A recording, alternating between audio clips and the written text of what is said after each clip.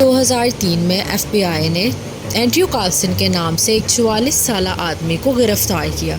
अखबार में कहा गया कि यह आदमी स्टॉक मार्केट की हिस्ट्री में सबसे ज़्यादा लकी साबित होने वाला आदमी है। कहा जाता है कि स्टॉक मार्केट की हिस्ट्री में शायद ही किसी ने इतना ज़्यादा मुनाफा कमाया हो। इसने $800 इन्वेस्ट किए 2 हफ्तों में और वो $350 मिलियन बन गए। तो एफबीआई ने सोचा कि शायद ये कोई इनसाइडर ट्रेडर है और कोई किस तरह का स्कैम कर रहा है। तो जब उससे पूछताछ की गई, उसका कहना था कि वो 2000 साल फ्यूचर से आया है और उसे एग्जैक्टली पता था कि किस ट्रेड में या किस मार्केट में इन्वेस्ट करना है जो कि प्रॉफिटेबल होगी। एफबीआई ये सुनकर हैरान हो गया और उसने सोचा कि ये पक्का झूठ बोल रहा है और उसकी इसी बात को झूठ साबित करने के लिए एफबीआई ने कुछ रिसर्च की तो मालूम हुआ कि इस शख्स का दिसंबर 2002 से पहले कोई भी डेटा रिकॉर्ड में मौजूद नहीं था। और इससे भी ज़्यादा हैरान कर देने वाली बात यह है कि कार्लसन की बेल के लिए उसे अप्रैल 2003 में कोर्ट में पेश किया जाना था। तो एंड्रयू कार्लसन अचानक से गायब हो गया और अचानक से गायब होने के बाद उसका आज तक कोई भी नामो निशान नहीं है। क्या टाइम ट्रैवल सच में पॉसिबल है या फिर ये सिर्फ फिल्मों में ही दिखाया जाता है? इन्हीं सवालों का जवाब मैं इस वीडियो में आज दूँगी। तो आए कुछ फैक्ट्स को एक्सप्लोर करते हैं लिटिल दिवास डेली के साथ। एक पास्ट में ट्रैवल करना और एक फ्यूचर में ट्रैवल करना। सबसे पहले हम देखते हैं फ्यूचर में टाइम ट्रैवल करने को।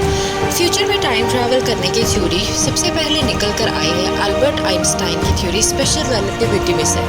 टाइम डायलेशन का जो कॉन्सेप्ट है वो सबसे पहले आइंस्टाइन ने ही इंट्रोड्यूस करवाया था।